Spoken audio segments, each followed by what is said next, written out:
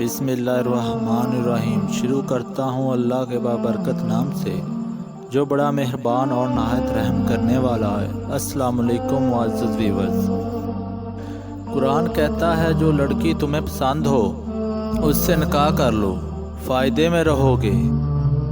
جو عورت صرف ہم بستری کی خواہش مٹانا چاہتی ہے وہ عورت کبھی بھی کسی سے چاہت اور خلوص نہیں رکھتی، صرف اپنی خواہش تک محدود ہوتی ہے، اور یہ ایک تلخ حقیقت ہے۔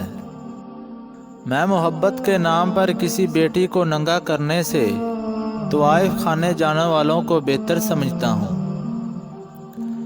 شیر کی طرح بہادری کا دعویٰ کرنے سے بہتر ہے کہ تم اپنے نفس پر قابو پا لو۔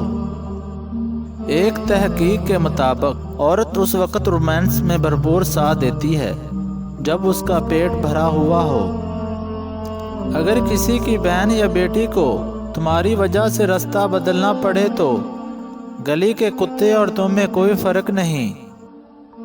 جسم سے چاہے خوشبو ہی کیوں نہ آتی ہو، لیکن جب اس پر موت آتی ہے تو اس میں بدبو پیدا ہو جاتی ہے۔